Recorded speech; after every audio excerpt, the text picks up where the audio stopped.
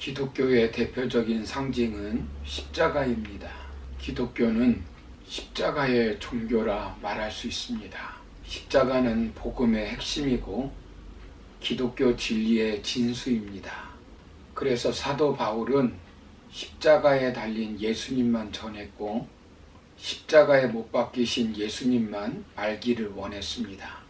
고린도전서 2장 2절을 보시면 예수 그리스도와 그가 십자가에 못 박히신 것 외에는 아무것도 알지 아니하기로 작정하였음이라 라고 말씀합니다. 그리고 갈라디아서 6장 14절을 보시면 우리 주 예수 그리스도의 십자가 외에 결코 자랑할 것이 없으니 라고 했습니다. 예수님은 메시아로 구원자로 이 땅에 오셨지만 사람들은 예수님을 메시아로 받아들이지 않았습니다. 먼저 이 사실에 대하여 예수님보다 700년 전에 오셔서 예수님에 대하여 예언한 이사야 선지자는 어떻게 기록하고 있습니까? 본문 1절을 보시면 우리가 전한 것을 누가 믿었느냐? 여호와의 팔이 누구에게 나타났느냐라고 말씀합니다. 당시 불신앙의 시대를 예언하신 말씀입니다. 복음을 전해도 믿지 않았다는 것입니다. 팔은 하나님의 권능을 상징하는 말씀입니다. 하나님이 인간사에 개입하시는 것으로 하나님의 능력이 예수님을 통해서 나타났지만 믿지 않았다는 것입니다. 신약 성경은 이 사실에 대해서 어떻게 말씀하고 있습니까? 요한복음 12장 37절부터 41절을 보시면 이렇게 많은 표적을 그들 앞에서 행하셨으나 그를 믿지 아니하는 이는 선지자 이사야의 말씀을 이루려 하심이라. 이르되 주여 우리에게서 들은 바를 누가 믿었으며 주의 팔이 누구에게 나타났나이까 하였더라. 그들이 능히 믿지 못한 것은 이 때문이니 곧 이사야가 다시 일렀으되 그들의 눈을 멀게 하시고 그들의 마음을 완고하게 하셨으니 이는 그들로 하여금 눈으로 보고 마음으로 깨닫고 돌이켜 내게 고침을 받지 못하게 하려 함이라 하였음이더라. 이사야가 이렇게 말한 것은 주의 영광을 보고 주를 가리켜 말한 것이라 라고 말씀합니다.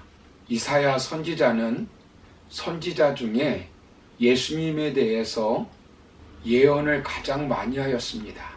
이사야 4장 2절을 보시면 그날의 여호와의 싹이 아름답고 영화로울 것이요 그 땅의 소사는 이스라엘의 피난한 자를 위하여 영화롭고 아름다울 것이며 라고 말씀합니다. 예수님께서 여호와의 싹이라는 상징적인 의미로 예언을 하였습니다. 더 구체적으로 어떻게 예언하였습니까? 이사야서 7장 14절을 보시면 그러므로 주께서 친히 징조를 너희에게 주실 것이라. 보라 처녀가 잉태하여 아들을 낳을 것이요 그의 이름을 임마누엘이라 하리라 라고 말씀합니다. 그리고 이사야 9장 6절을 보시면 이는 한 아기가 우리에게 낳고 한 아들을 우리에게 주신 바 되었는데 그의 어깨에는 정사를 메었고 그의 이름은 기묘자라 모사라 전능하신 하나님이라 영존하신 하나님이라 평강의 왕이라 할 것임이라 라고 말씀합니다. 얼마나 자세히 예언하고 있습니까? 여호와의 종으로 오실 예수님에 대하여 4차례 예언합니다. 오늘 본문은 여호와의 종에 대한 마지막 예언으로 십자가에 달리실 고난의 종으로 분명하게 예언하였고 이 예언대로 예수님은 대속물로 이 땅에 오셔서 십자가에 못 박혀 죽으셨습니다. 그런데 오늘날도 사람들 중에는 예수님을 구원주로 받아들이지 않는 사람들이 아주 많습니다. 그렇다면 왜 집권 세력들은 예수님을 메시아로 받아들이지 않고 예수님을 십자가에서 처형했습니까?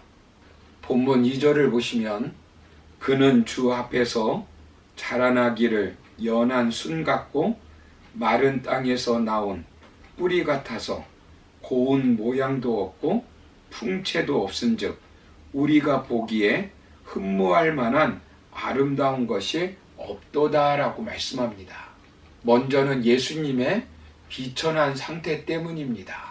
영광의 왕, 능력의 왕으로 오시지 않았기 때문입니다. 연한 순 같다는 말은 끊어져 단절되어 버린 나무 밑동에서 새싹같이 연약한 존재로 싹이 나는 것 같은 것을 말합니다. 정치적 영향력이 없는 멸망한 다윗 왕조에서 메시아가 나온 것을 말합니다. 나사렛 목수 아들로 태어나 배척받는 것을 말하는 것입니다.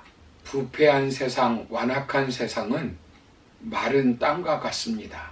두 번째로 예수님을 십자가에 처형한 이유는 매력 없는 외모 때문이라는 것입니다. 고운 모양도 풍채도 흠모할 만한 아름다움도 없었습니다. 외적인 모습이 인간들이 보기에 흠모할 만한 매력이 없었습니다. 예수님의 자기 비하를 말씀하고 있는 것입니다. 그리고 마지막 세 번째는 거룩한 메시아의 순환성 때문입니다. 본문 3절을 보시면 그는 멸시를 받아 사람들에게 버림받았으며 간고를 많이 겪었으며 질고를 아는 자라 마치 사람들이 그에게서 얼굴을 가리는 것 같이 멸시를 당하였고 우리도 그를 귀히 여기지 아니하였도다 라고 말씀합니다. 예수님은 멸시를 받아 사람들에게 버림받았습니다. 십자가에서 처형되었습니다. 메시아라면 능력을 가지고 십자가에 내려와서 악한 무리들을 당장 징계해야 할 텐데 그냥 십자가에서 침뱉음과 수치와 모독을 당하면서 돌아가셨습니다.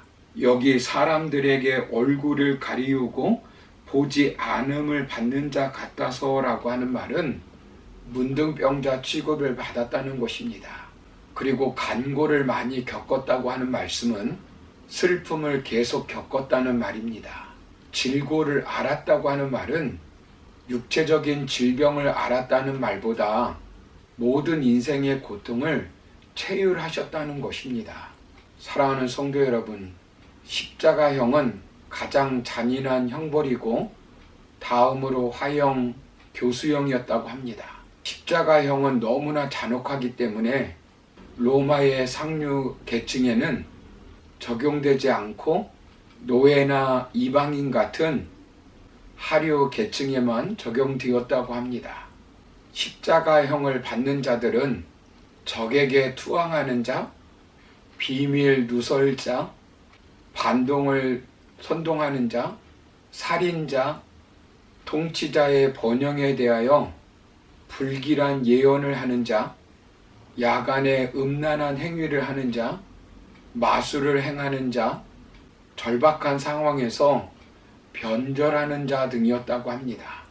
그런데 예수님은 종교 선동가, 율법 파괴자, 황제에 대한 반역죄로 로마 총독 법정에 기소되었고 골고다에서 십자가형에 처해졌습니다. 오늘날도 예수님을 단지 인간으로 보며 예수님을 구주로 영접하지 않습니다. 영접하지 않을 뿐만 아니라 조롱하는 사람들도 있습니다. 이것은 하나님을 무시하는 교만 때문입니다. 그러므로 십자가에서 못 박혀 죽으신 그 예수님을 다시 한번 마음에 새기며 왜 우리를 위해서 못 박혀 죽으셨는지 깨닫고 구원의 백성으로서 복음을 전파하며 살아가는 저와 여러분 다 되기를 주님의 이름으로 축원합니다. 감사합니다.